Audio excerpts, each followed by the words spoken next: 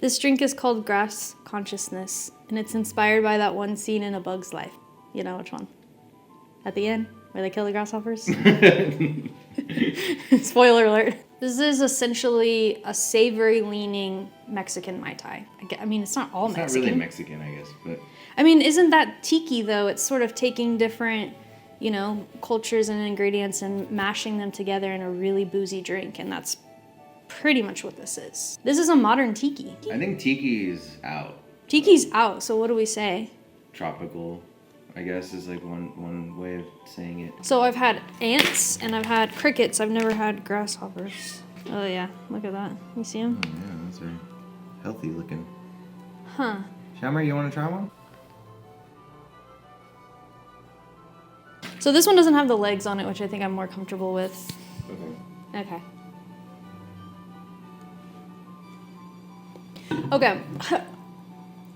There's a wing stuck in my tooth. Sorry. Like if you would have taken a shrimp tail and just like deep fried the shit out of it, made it super crispy, kind of what that tastes like. Oh, I like those. I think what these are bringing is a slight umami and a slight toastiness, and it's mostly just for the art. Okay, to make this drink, we're starting with the orgeat.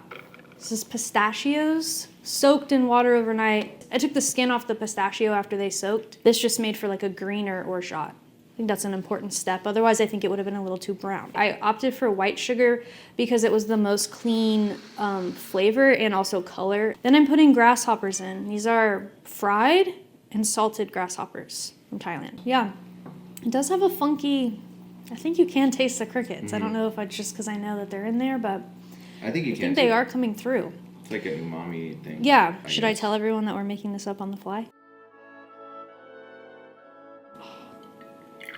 I mean, this is quite beautiful. Look at that. I should have shown you what this was. Is this like fascist imagery on top and front here? Ooh. Is it fascist imagery? It just looks like a dove, but that's how they get you.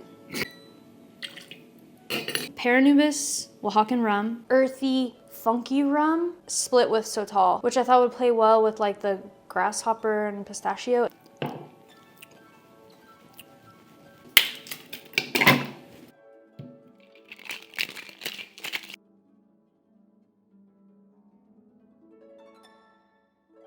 You'd see this in Punch Drink or something, and they'd be like, you won't believe the secret ingredient in this drink. Yeah. You can smell the clay from the cup, too, which is like really adding to the effect. And you can smell the macroot. I'm not really getting bay leaf, but it looks cool.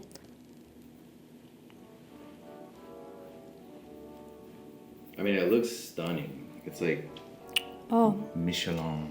Wow. Okay, my thoughts on the drink. It is boozy, but balanced. It's not overly sweet. It has like a bit of like earthy savoriness to it, which is exactly what I was hoping for, so it's very cool. I don't know, it's very nuanced. Everything's playing together really well. You're not picking up on one thing or the other more than anything else, which I think is nice. I just thought it would be really fun to like drink grasshoppers in like, you know, maybe that's a metaphor.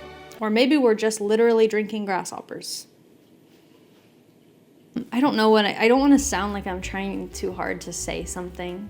Yeah, I think it's fine. Maybe I need to say something, but in a way I feel that the audience is smart enough to understand what I'm saying. Also, like, I don't know in which direction the world is moving, so maybe like I don't want this pulled up in court one day.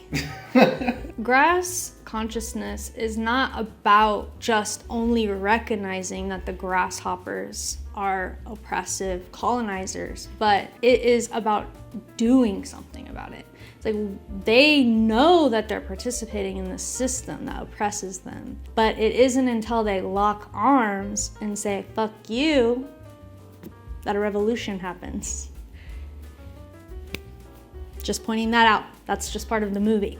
Okay. Drink the rich, and by drink the rich, I definitely mean just grasshoppers. Yeah.